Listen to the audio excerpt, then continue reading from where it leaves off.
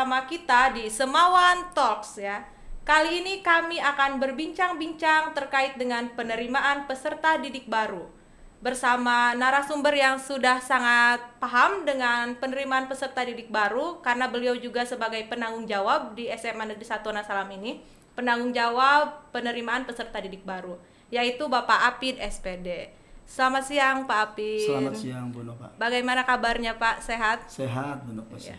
Oh iya Pak, ini kita akan membahas tentang penerimaan peserta didik baru. Mungkin di luar sana masih banyak yang bertanya-tanya apa sih penerimaan peserta didik baru itu. Nah mungkin Bapak bisa sedikit menjelaskan tentang alur penerimaan peserta didik baru di SMA Negeri 1 Wonosalam. Baik Bu Nova, Ya. terima kasih atas kesempatan yang telah diberikan. Tentunya ini bermanfaat bagi masyarakat, terutama yang memiliki putra-putri yang tahun ini akan memasuki SMA gitu ya, sekolah menengah atas. Kalau di Wonosalam kan cuman satu-satunya ya gitu. Iya.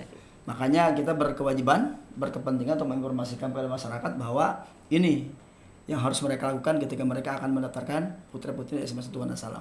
Baik Bu Nova, jadi memang sudah banyak pertanyaannya kepada saya, kepada Bapak Ibu guru gitu kan, mengenai PPDB. Maka hari ini kita jelaskan segamblang-gamblangnya, masyarakat tinggal nanti mengakses aja apa yang akan kita sediakan sebagai bentuk sosialisasi informasi kepada masyarakat. Baik Bu Nova, terkait dengan PPDB, statusnya sebenarnya sama sih, online gitu ya. Iya. Tetapi ada bedanya tahun ini. Kalau tahun lalu online-nya langsung ke Dinas Pendidikan. Tapi kalau tahun ini online-nya hanya di tingkat sekolah saja. Tidak ngeling langsung ke Dinas Pendidikan. Di situ kita lebih mudah lah. Lebih mudah untuk dipermudah iya, dipermudah lah oleh sistem gitu. Sehingga kita tidak harus mengakses ke Dinas Pendidikan. Untuk PPDB Bu Nova ya, kita memiliki prinsip bahwa PPDB itu mesti objektif. Iya. Artinya sesuai dengan aturan yang berlaku. Itu ya. Kita dibingkai oleh satu Permendikbud nomor 1 tahun 2021. Kemudian lagi oleh surat edaran dari Sekretaris Kementerian Pendidikan dan Kebudayaan mengenai PPDB tahun 2022. Iya. Kemudian juga ada Pergub Gubernur Banten nomor 7 tahun 2022 terkait dengan perubahan Pergub nomor 17 tahun 2021 tentang PPDB. Yang terakhir SK Sisdikbud Provinsi Banten terkait dengan juknis pelaksanaan PPDB tahun 2022. Itu aturan yang membingkai kita untuk menyelenggarakan kegiatan penerimaan siswa baru. Kemudian bahwa kegiatan juga harus dapat dipertanggungjawabkan. Artinya semua pihak bisa mengakses kita apakah penyelenggaraan ini sesuai tidak dengan aturan yang berlaku tadi itu. Kemudian juga sebisa mungkin kita menyelenggarakan kegiatan ini transparan Bu Nova. Artinya calon peserta didik baru, masyarakat dimudahkan dengan informasi yang bisa mengakses sebenarnya bagaimana sih PPDB di SMA 1 Wonosalam. Kemudian yang terakhir Bu Nova ya, bahwa kita itu dalam penerimaan siswa baru itu tidak membeda-bedakan. Jadi prinsip bahwa setiap anak itu berhak mendapatkan pendidikan yang layak kita kedepankan. Gitu. Itu Bu Nova mengenai prinsip yang kita lakukan di jadi PPDB. Dilakukan seobjektif mungkin ya Pak, karena sudah ada peraturan juga kan di dalamnya yang mengatur tentang penerimaan peserta didik baru itu. Jadi tidak akan ada kecurangan dalam prosesnya ya Pak ya. Jadi tidak akan ada yang sifatnya merugikan siapapun. Kemudian untuk persyaratannya apa saja itu Pak?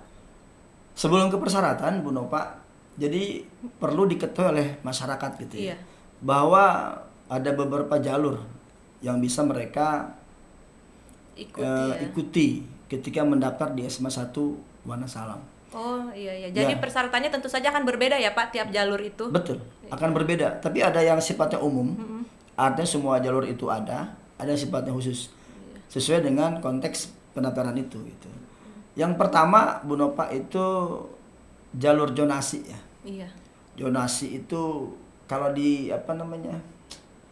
dipahami secara gampang, Iya. zonasi itu mungkin domisili gitu ya.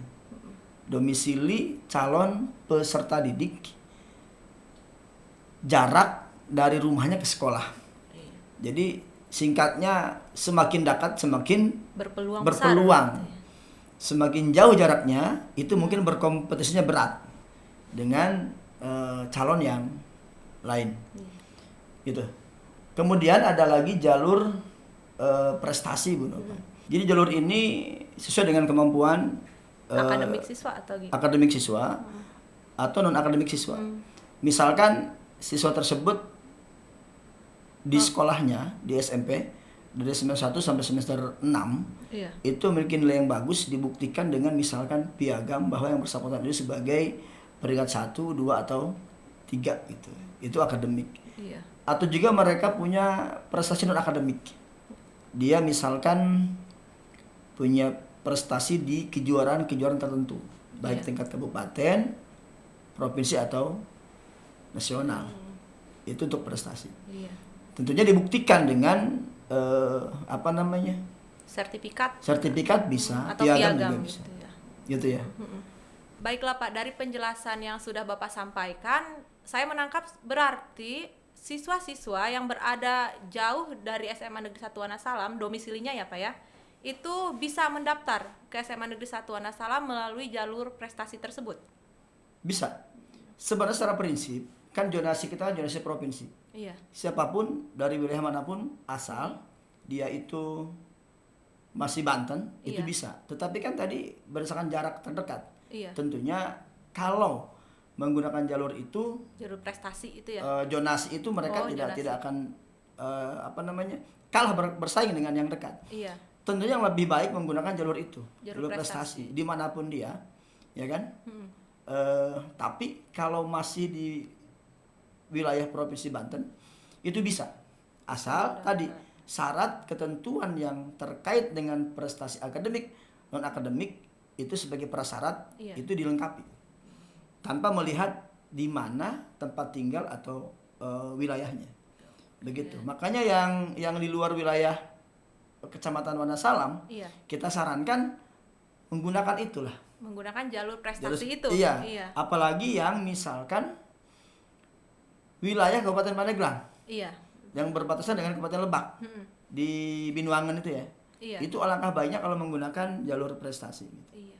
Seperti yang kita ketahui kan udah banyak ya Pak orang tua yang dari luar daerah kita, dari luar Lebak itu bertanya apakah anaknya bisa mendaftar ke SMA Negeri 1 Wonosalam. Ternyata Bapak Ibu itu sudah terjawab oleh Pak Apid, ternyata itu bisa.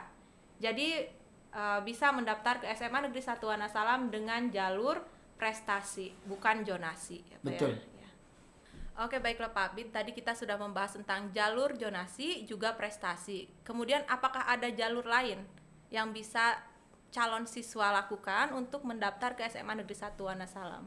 Jadi yang ketiga jalur afirmasi Bu Nova. Jadi jalur ini di mana keluarga calon siswa dan yang bersangkutan itu terdaftar di DTKS, Data Terpadu Kesejahteraan Sosial, Dinas Sosial. Asal mereka ketika mendaftar menunjukkan aslinya apabila mereka memiliki KIV, Kartu Indonesia Pintar, atau Kartu Indonesia Sejahtera, atau keluarga itu memiliki BLT. Ya, jadi mereka sebagai penerima dana langsung gitu dari pemerintah. Dan yang lain-lain lah, seperti memang misalkan keluarga sejahtera gitu. Tetapi mereka tidak bisa menggunakan SKTM Bu Nova. Begitu. Itu berarti tadi yang kita bahas jalur afirmasi ya Pak. Selanjutnya ada lagi Pak jalur lain? Ada. Nanti ada namanya jalur perpindahan orang tua.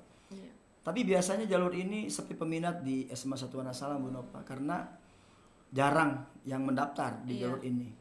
Karena perpindahan orang tua itu biasanya di mana calon siswa itu ikut serta dengan orang tuanya yang dipindah tugaskan ke Wonosalam. Jadi mereka mendaftar di SMA 1 Wonosalam, gitu Bu Nova.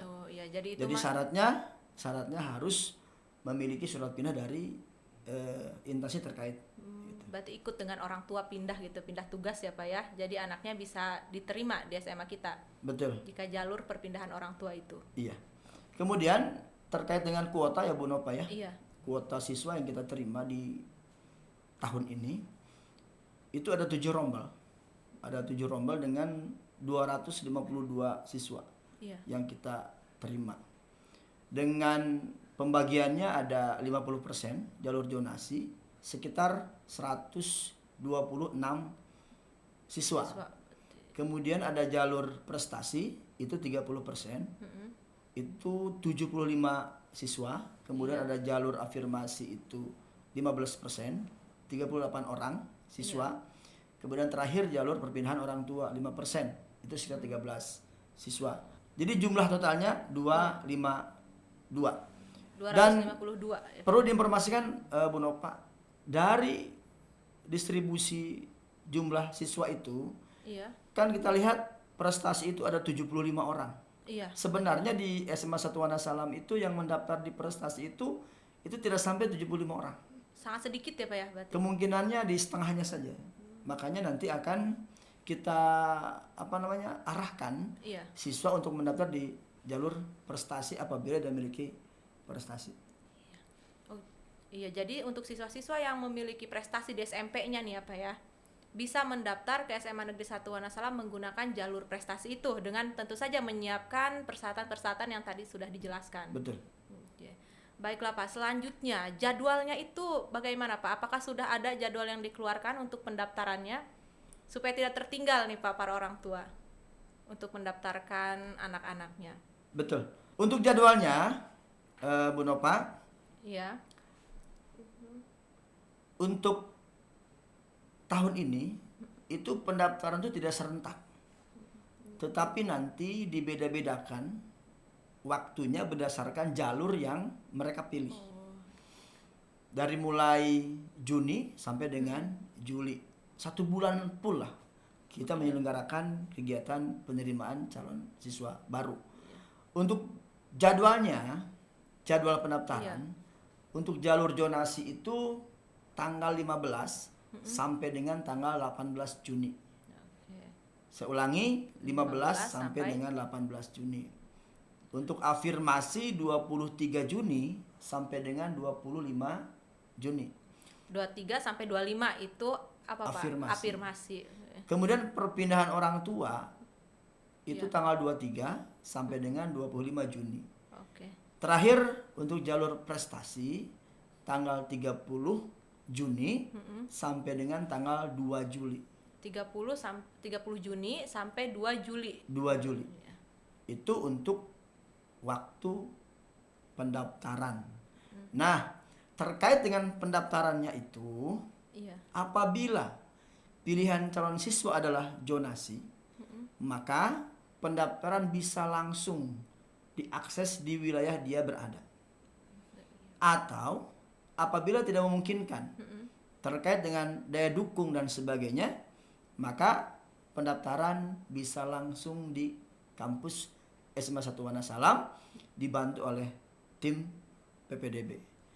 Jadi calon peserta didiknya datang ke sekolah gitu ya Pak ya? Iya, apabila tidak memungkinkan di wilayahnya, itu untuk jalur zonasi.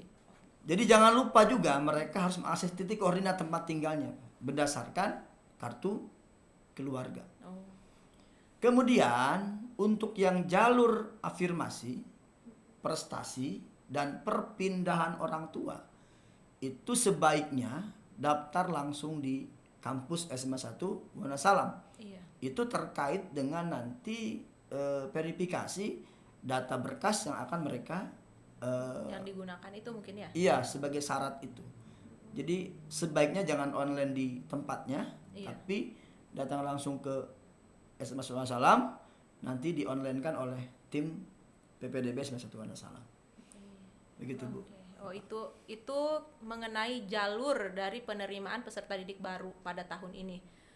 Kemudian jika siswa sudah dinyatakan lolos nih Pak, sebelum dinyatakan lolos ya, tentu saja kita pengen tahu dulu dari mana nih nanti calon siswa ini tahu mereka lolos atau tidaknya. Jadi nanti kan ada pengumuman Iya. yang akan disampaikan di web maupun di kampus SMA 1 Wanasalam. Wanasalam. Silakan akses aja di web dan di kampus SMA 1 Wanasalam terkait dengan pengumuman penerimaan Peserta didik baru ini. iya, itu Bu Nova.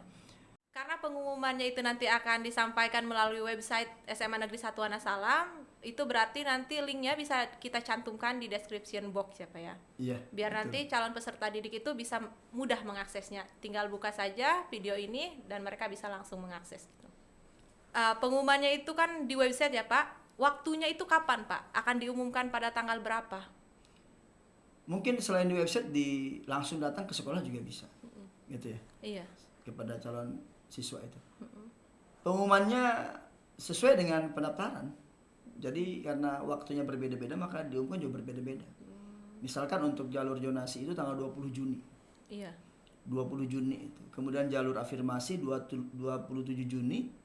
Jalur perpindahan orang tua 27 Juni. Terakhir jalur prestasi 5 Juli 2022. Iya, jadi itu waktunya itu juga berbeda-beda diumumkannya. Betul. Tidak serentak. Itulah yang memungkinkan nanti masyarakat bingung. Iya, betul. Sering terjadi ya. Iya, masyarakat bingung. Kenapa? Karena kok diumumkannya berbeda-beda. Iya. Gitu. Tentunya itu kan terkait dengan pendaftaran juga yang berbeda-beda. Tapi saran saya begini, Bu Nova ya. Iya.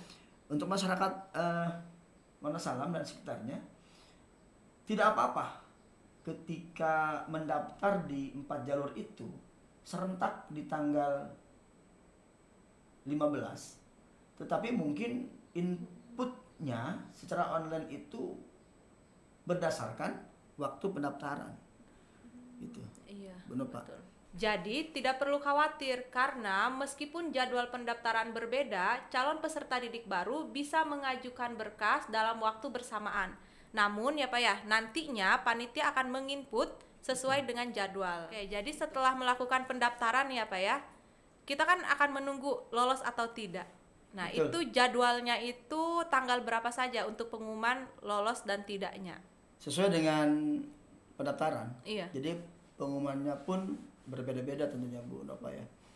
Untuk jalur zonasi itu tanggal 20 Juni, untuk jalur afirmasi 27 Juni, jalur perpindahan orang tua 27 Juni dan jalur prestasi itu tanggal 5 Juli. 5 Juli. Jadi mereka bisa mengakses pengumuman itu di web sekolah ataupun nanti langsung datang ke kampus SMA 1 Wanasalam. Oke. Begitu. Oke, untuk webnya sendiri mungkin nanti akan dicantumkan ya Pak ya di komentar atau di description box YouTube ini ya. Betul. Video ini. Oke.